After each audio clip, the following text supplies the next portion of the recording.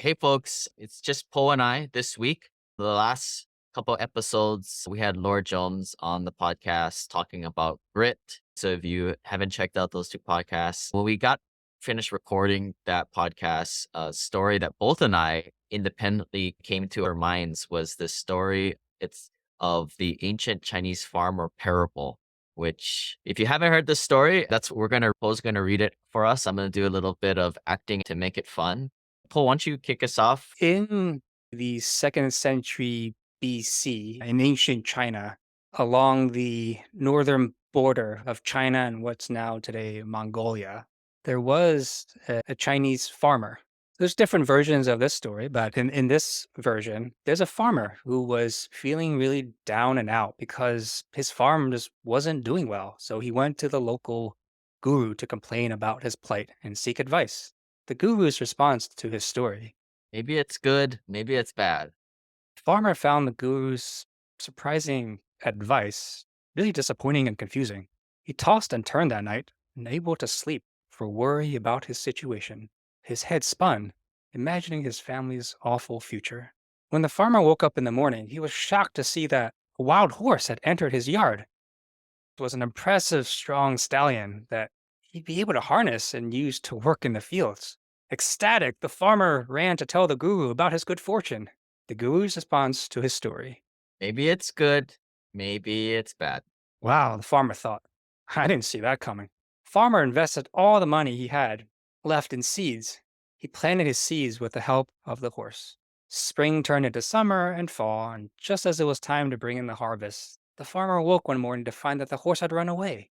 Farmer was despondent. He'd spent all his money on seeds, nurtured the plants all summer, and now he couldn't even see how he could bring in the harvest. Feeling anxious and overwhelmed, the farmer returned to the guru. After listening to the story, the guru simply said, Maybe it's good, maybe it's bad. ah, this can't be good, thought the farmer. The next day, the stallion returned and brought with him a mare.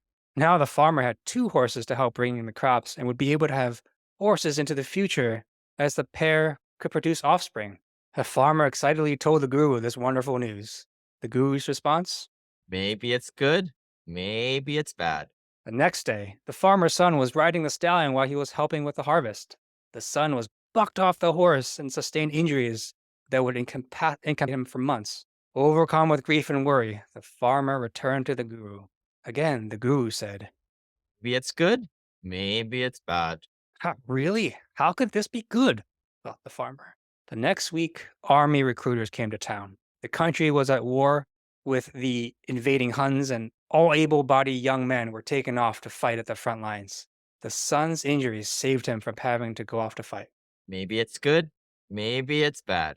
Maybe Maybe. it's somewhere in between. Maybe it's both. Obviously, it's a story of things go back and forth.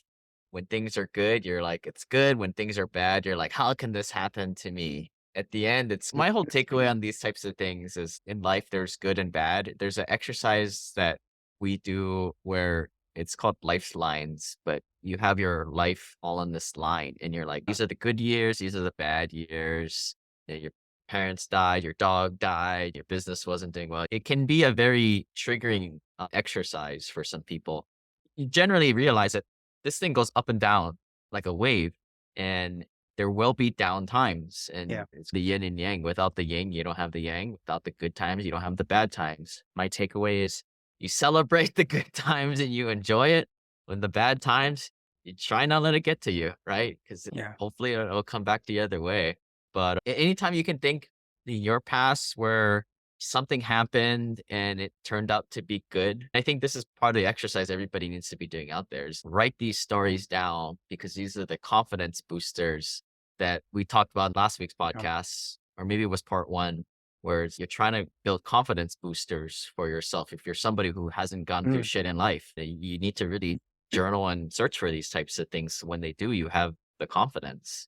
Yeah, I love this story because it's simple but so profound, right? And I think the lessons from it are just gold. So whether it's like simple everyday annoyances, being stuck in traffic, right, on the highway, I'll even think of this story, right? Like that. Hey, you know what? Yeah, I'm running late. That sucks. But who knows? If there wasn't this traffic and I was actually like further ahead, maybe I would have gotten to an accident. You don't know. And it helps just give you that perspective to be in the moment that you're only in the present, but your present perspective could be very different than the perspective of actually looking back on this. Right. And you won't know until you get to that point. But it's really hard to look Mhm. back, or if you look back at all the junk things that happened to you, it's really hard to find a way unless you're a super negative person to Mhm. be like, oh, it didn't work its way out. It probably didn't work out next day or 3 months from then or Yeah. 6 months or a year, but eventually like the water does roll downhill. Along the similar lines, there's the Chinese word for crisis is I think Weiqi, and I'm not Yeah. pronouncing that, but it's the Which is also same means as opportunity. if that doesn't double meaning right there. But yeah, there's two people out there, right? When people go through this crucible experience, there's people that fall like flies and there's other people that become emboldened and rise up. You got to Yeah. decide which one you are. Yeah, and another thing highly recommend is this practice journaling. And one of the advantages of journaling is if you have done it enough, then down the road you can look back at your earlier journal entries, right? And you can look back on things that at the time were negative or hardships, right? And you get to see what you wrote down as your perspective during that time, right? And now you get to revisit it with the wisdom of this hindsight, right? And you can now give your old story, these old hardships, like new meaning, just by this process of journaling. And applying it to the current hill you're climbing now. Exactly. Yeah. Yeah. I gotta admit, I don't do the journaling thing.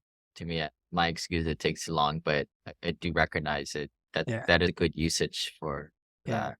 Oh, yeah. What's something in your life that at the time it was like a real hardship, and now looking back was probably a major blessing in disguise? Like entrepreneurship, like things happen all the Yeah. time. You work with bad people. Nothing ever goes the way it's planned. But there were definitely some like decision nodes that moved me one way or the other, where I think part of it was just like risk mitigation too. As long as you Yeah. don't get knocked out of the game, you stay in there, you eventually do get to the right place. I guess I'm looking at more from a high level there. Honest, I haven't really gone through these like life changing death Mm, experiences. So this is I think why I do this work with you, right? mm. Like we're here is because the big one is coming is maybe that's a horrible attitude, but I want to have somewhat of these skills and practices in place for when they do. Anything from your experience that you can backtrace on your lifelines and how did Yeah. I it mean, play out? I would say there's one example that always is still fresh in my mind, the death of my father in 2005. That was the year he took his life, right? Committed suicide, and it was a big surprise to all of us and really turned our world like upside down in many ways and extremely difficult on my mother and just for our entire family. We had a very difficult relationship growing up. Think my brothers had their own experience, but I think it was in many ways like traumatic. There was a lot, yeah, there was a lot of like violence growing up, and definitely was a. We could tell it was a difficult marriage, right, between him and my mom. None of us expected that he would just take his life and just leave like that.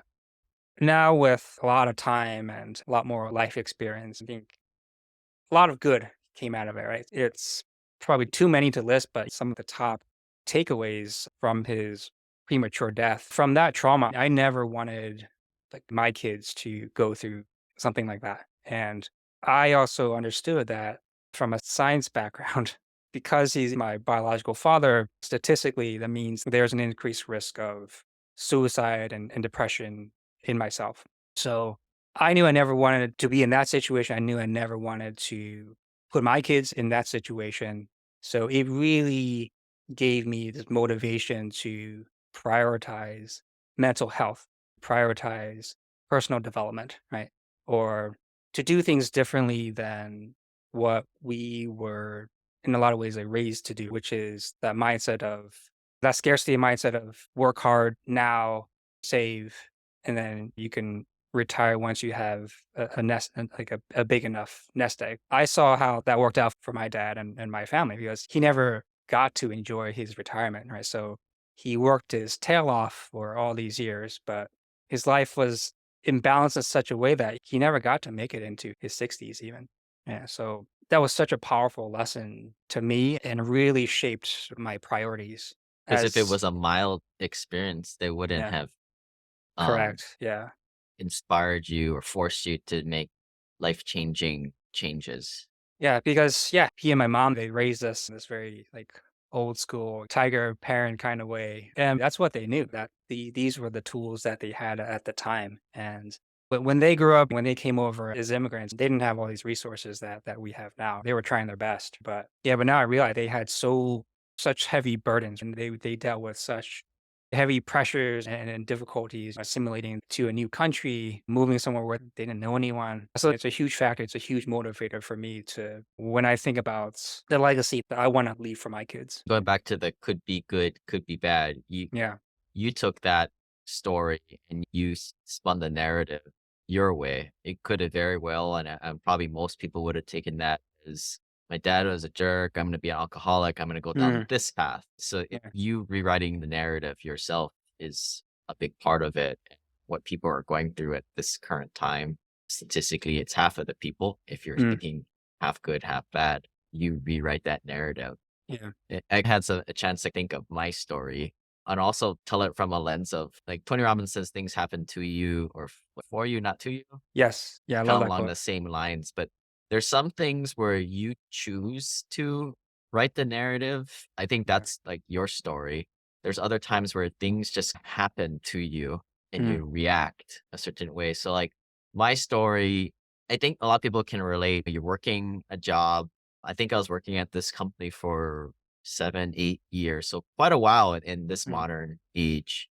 And yeah, it was never really that great of a gig for me. Of course, I was always investing in real estate on the side, doing that whole song and dance. But Yeah. there come a point at the end where didn't have a very good management over me and got put on this what they call these things. I forget these improvement plans, right? Mm. When you're messing up.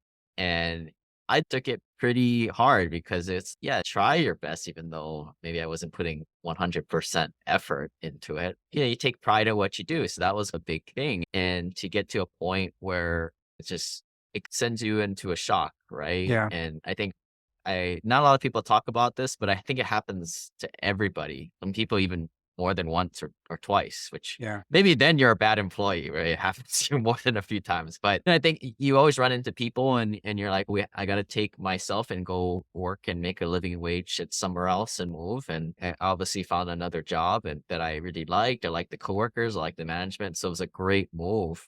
The takeaway that I wanted to highlight was, man, did I stay stuck in a somewhat 7 out of 10 situation or 6 out of 10 situation. It wasn't that bad. And without that issue happening, I wouldn't have gotten on, I don't know what we did back then, LinkedIn, find a new job Yeah. and talk to some people. Sometimes, yeah, I can look back, it's the situation was okay, maybe even okay, Yeah. good.